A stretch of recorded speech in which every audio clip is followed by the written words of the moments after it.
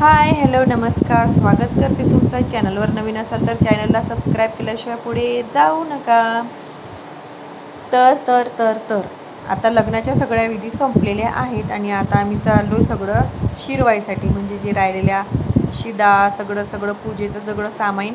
आमच्या गावात एक तळा आहे, त्या तळ्यामध्ये नेऊन हे सगळं शिरवायचं. आता इकडे निर्माल्य सगळं एका बाल्टीत टाकतात, पण गावाकडच्या लोकांची श्रद्धा आहे की जाऊन त्यांनी नदीत किंवा तळ्यामध्ये शिरवायचं.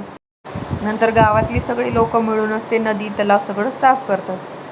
पण एक ती श्रद्धा म्हणून ते तलावामध्ये नेऊन टाकायचं असतं. तर आम्ही सगळं असं तयार, म्हणजे जेवढं पूजेचं सगळं सामान होतं तेवढं सगळं नदीत शिरवायसाठी म्हणून आम्ही सगळं जमा करत होतो. त्यात मग ही नारळं वगैरे होती.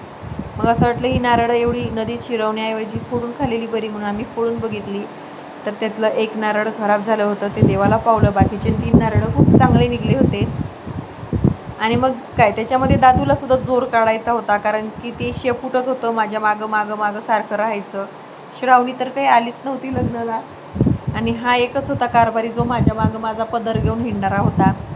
तर मस्तपैकी आम्ही सगळं जमा केलं आणि हे नारळ वगैरे या वहिनीने फोडले. पण नारळ काय फुटत नव्हता. पण प्रयत्न केलं की देव पण सापडतो म्हणतात ना, तर नारळ पण फुटायला काय मजा आली तेव्हा नारळ न फुटण्याची. तिचं ओटीचं वगैरे सगळं सामान होतं, तिला तिच्यासोबत देऊन दिलं. आणि नवरी रात्रीच्या 3-3:30 वाजता सार झाली, त्याच्यामुळं मी तो काही व्हिडिओ घेतला नाही, कारण आम्ही सगळे ढाराडूर झोपून गेलो होतो. नवरीचे 7 फेरे वगैरे होते, तर ते लग्न खूप उशिरा असल्यामुळे खूप रात्र झाली होती, त्याच्यामुळे आम्ही लवकर जाऊन झोपून गेलो. नवरीचे फेरे वगैरे होतले 12-1 वाजले आणि नवरी 3-3:30 वाजता सकाळी सार झाली, त्याच्यामुळे आम्ही काही तिथे नवरी सार होण्याच्या टायमाला थांबलो नाही.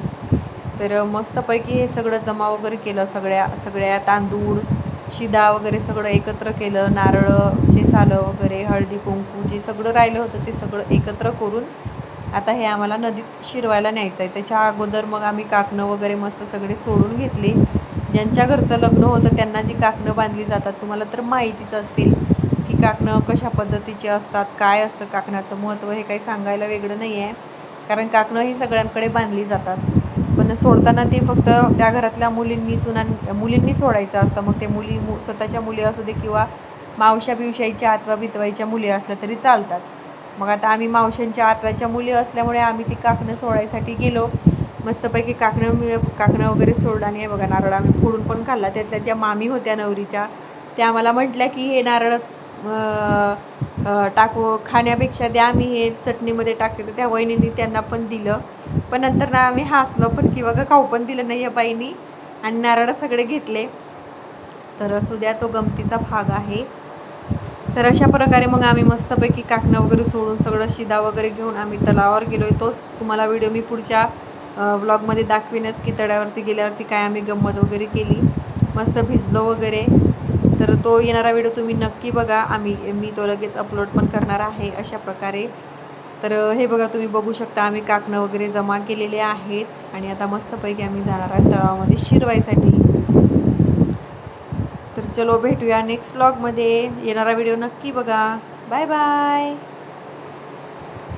ही बघा, ही माझी आई आहे आणि हिचा आनंद तर काय गगनातच मावत नव्हता.